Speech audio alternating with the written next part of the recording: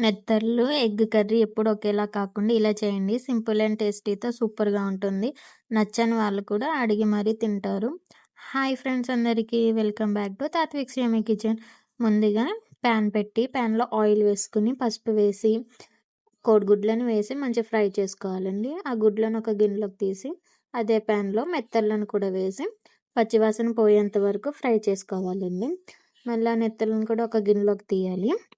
దాంట్లోనే ఆనియన్, పచ్చిమిర్చి వేసి గోల్డెన్ కలర్ వచ్చే వరకు ఫ్రై చేసుకోవాలండి. అల్లం పేస్ట్ వేసి పచ్చివాసన పోయేంత వరకు ఫ్రై చేయాలి. ఒక పెద్ద టమాటా ముక్కలను వేసి టమాటో సాఫ్ట్ అయ్యే వరకు కుక్ చేయాలి.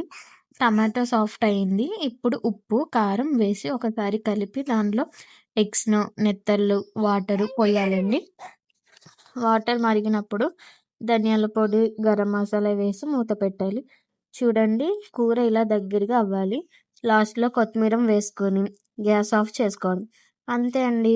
ఇలాంటి సింపుల్ అండ్ టేస్టీ రెసిపీస్ కోసం మా ఛానల్‌ని సబ్స్క్రైబ్ చేసుకోండి.